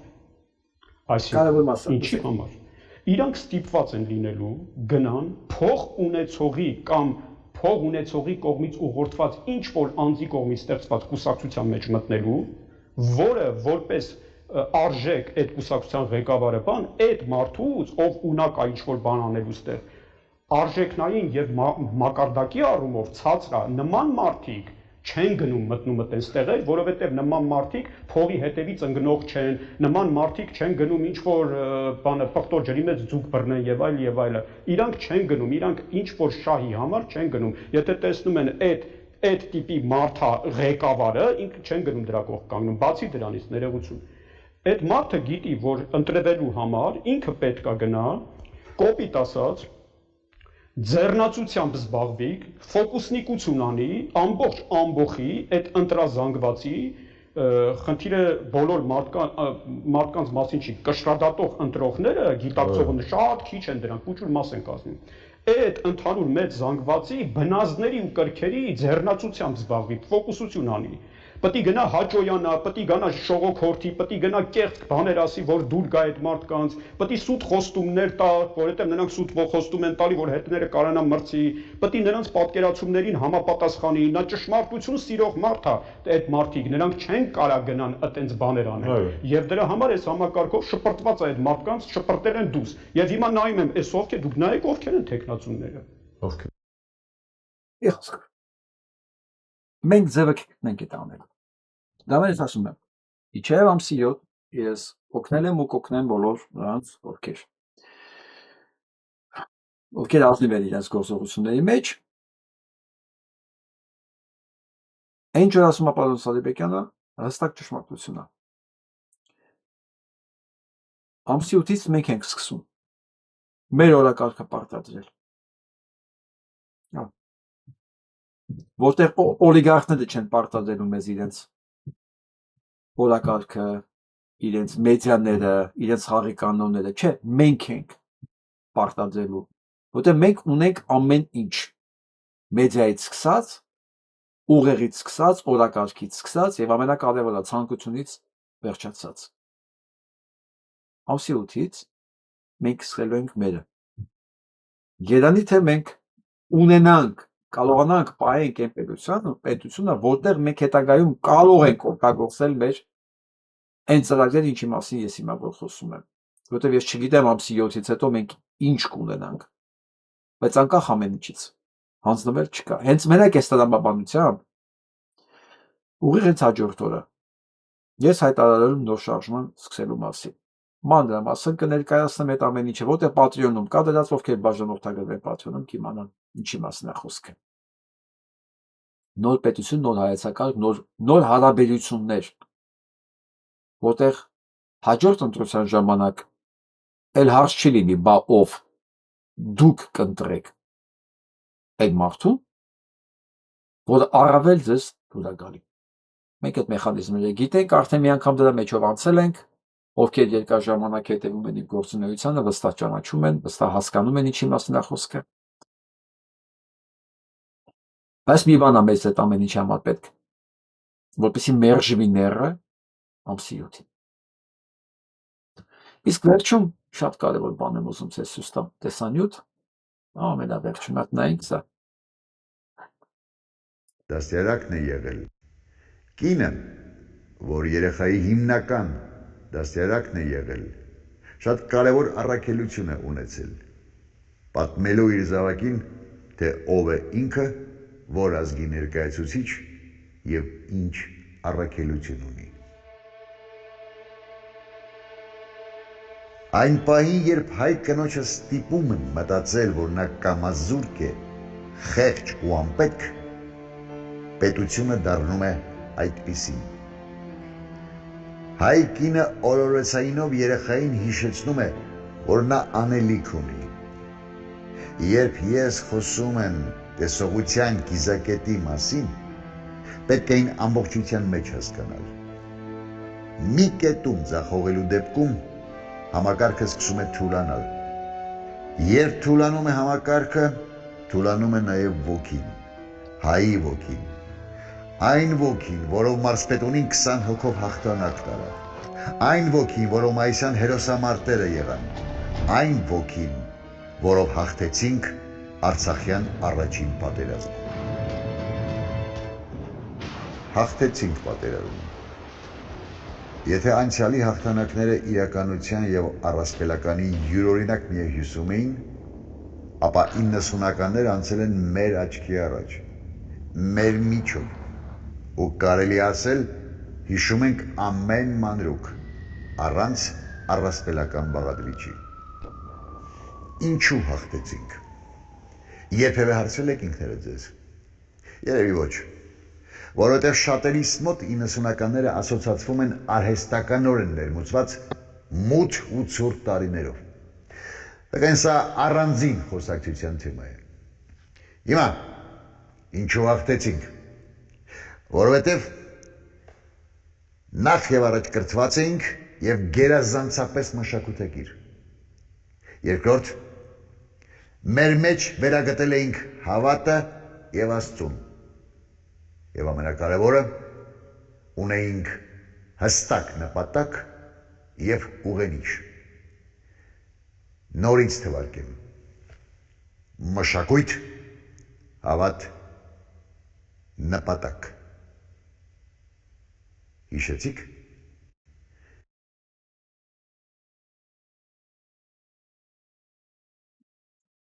Նժդե ներս մաստրամար էր ասում, ազգիապական փնտրեք մայրերի ափերի մեջ։ Մշակույթ, նպատակ, հավատ։ Այս եռամիասնության մեջ է ձևավորվում եւ կոփվում հաղթանակը։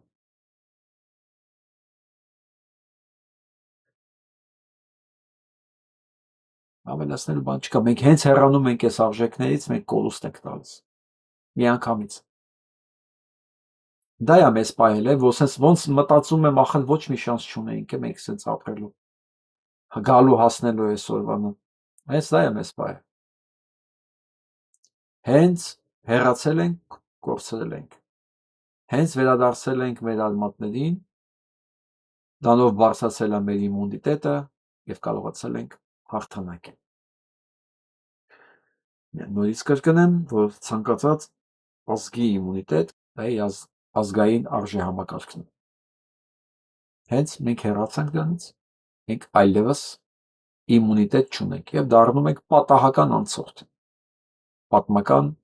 NLS թոհուբոհի մեջ։ Այնպես որ